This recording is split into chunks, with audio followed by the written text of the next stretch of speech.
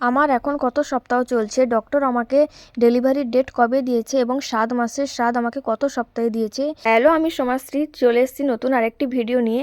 আমি জানি তোমাদের মনে অনেকের অনেক কোশ্চেন আছে। আজকের এই কোশ্চেনের সমস্ত কিছু আমি এই ভিডিওর মাধ্যমে রিপ্লাই দিয়ে দেবো। তোমরা প্লিজ ভিডিওটা শেষ পর্যন্ত দেখো। সকালে ঘুম থেকে উঠে আমি একটু উঠোনে হাঁটাহাঁটি করছিলাম।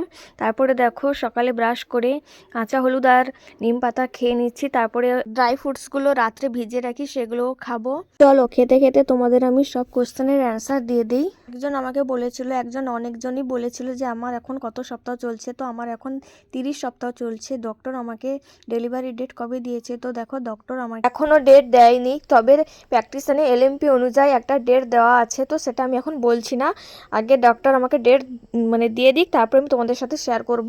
তো দেখো প্রথমে ডক্টর আমাকে যেই প্রোটিন পাউডারটা সাজেস্ট করেছিল এখন আমি সেটাই খেয়ে নিচ্ছি। তারপরে একটা ফল খেয়ে নিলাম। এটা দেখো আমাদের দুপুরের মেনু।